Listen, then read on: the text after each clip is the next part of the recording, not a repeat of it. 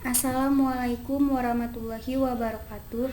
Di sini saya akan menjelaskan tentang manajemen basis data. Baiklah, kita mulai saja. Definisi sistem basis data yaitu suatu penyusunan dan pengelolaan record-record dengan menggunakan komputer dengan tujuan untuk menyimpan dan merekam serta memelihara data operasional lengkap sebuah organisasi atau perusahaan sehingga mampu menyediakan informasi yang optimal yang diperlukan pemakaian untuk kepentingan proses pengambilan keputusan. Dan juga di sini ada definisi DBMS adalah suatu sistem atau software yang dirancang khusus untuk mengelola suatu database dan menjalankan operasi terhadap data yang diminta oleh banyak pengguna.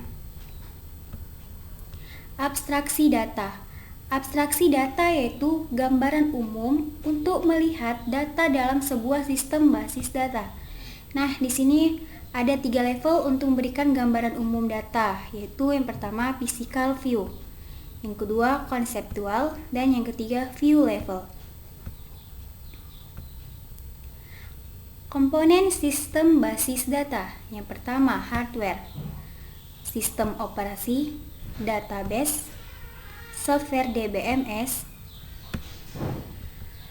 dan user, dan yang terakhir aplikasi lain. Nah, di sini ada model data. Definisi dari model data yaitu sekumpulan konsep-konsep untuk menerangkan data, hubungan antara data dan batasan-batasan data yang terintegrasi di dalam suatu organisasi. Pengertian ERD. ERD yaitu suatu model untuk menjelaskan suatu hubungan antar data dalam basis data berdasarkan objek-objek dasar data yang mempunyai hubungan antar relasi.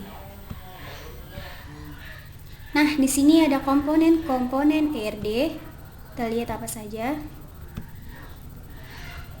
Pada dasarnya ada 3 komponen yang digunakan, yaitu entitas. Pengertian dari entitas merupakan objek yang mewakili sesuatu dalam dunia nyata, baik secara fisik maupun secara konsep. Contohnya, kalau yang fisik, mobil, rumah, manusia, pegawai, dan sebagainya. Jika konsep, contohnya departemen, pekerjaan, mata kuliah, dan sebagainya. Setiap entitas wajib memiliki atribut yang akan mendeskripsikan karakteristik. Yang kedua, relasi. Hubungan antara sejumlah entitas yang berasal dari himpunan entitas yang berbeda. Gambar relasi diwakili oleh simbol belah ketupat. Yang ketiga, atribut. Setiap entitas pasti mempunyai elemen yang disebut atribut yang berfungsi untuk mendeskripsikan karakteristik dari entitas tersebut. Gambar atribut diwakili oleh simbol elips. Nah, di sini ada jenis-jenis atribut. Yang pertama itu atribut kunci. Pengertian dari atribut kunci, satu atau gabungan dari beberapa atribut yang dapat membedakan semua baris data dalam tabel secara unik. Dikatakan unik jika pada atribut yang dijadikan kunci tidak boleh ada baris data dengan nilai yang sama. Yang kedua itu atribut deskriptif. Pengertian dari atribut deskriptif adalah atribut-atribut yang tidak menjadi atau merupakan anggota dari primary key. Jadi, dalam tabel mahasiswa yang menjadi atribut deskriptif adalah selain NIM. Nah, yang ketiga, atribut sederhana. Atribut sederhana adalah atribut atomik yang tidak dapat dipilih lagi. Contoh, pada tabel kostumer adalah nomor, identitas, dan jaminan, di mana atribut ini tidak bisa dipecah lagi. Yang ketiga, atribut komposit. Atribut komposit adalah atribut yang masih dapat diuraikan lagi menjadi sub-sub atribut yang masing-masing memiliki makna. Contoh pada tabel kostumer adalah atribut alamat, di mana dapat diuraikan lagi menjadi alamat, kota, dan kode pos. Yang keempat, atribut bernilai tunggal.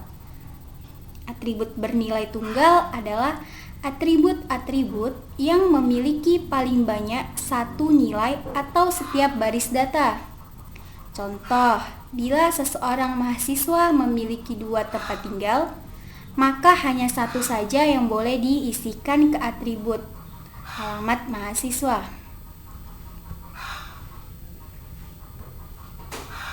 Jumlah maksimum hubungan antar satu entitas dengan entitas lainnya. Yang pertama, one to one. Setiap anggota entitas A hanya boleh berhubungan dengan satu anggota entitas B. Begitu pula sebaliknya. One to many. Setiap anggota entitas A dapat berhubungan dengan lebih dari satu anggota entitas B, tetapi tidak sebaliknya. Sedangkan many to many, setiap entitas A dapat berhubungan dengan banyak entitas himpunan entitas B dan demikian pula sebaliknya. Nah, demikian sampai sini saja presentasi saya. Lebih dan kurangnya saya mohon maaf. Assalamualaikum warahmatullahi wabarakatuh.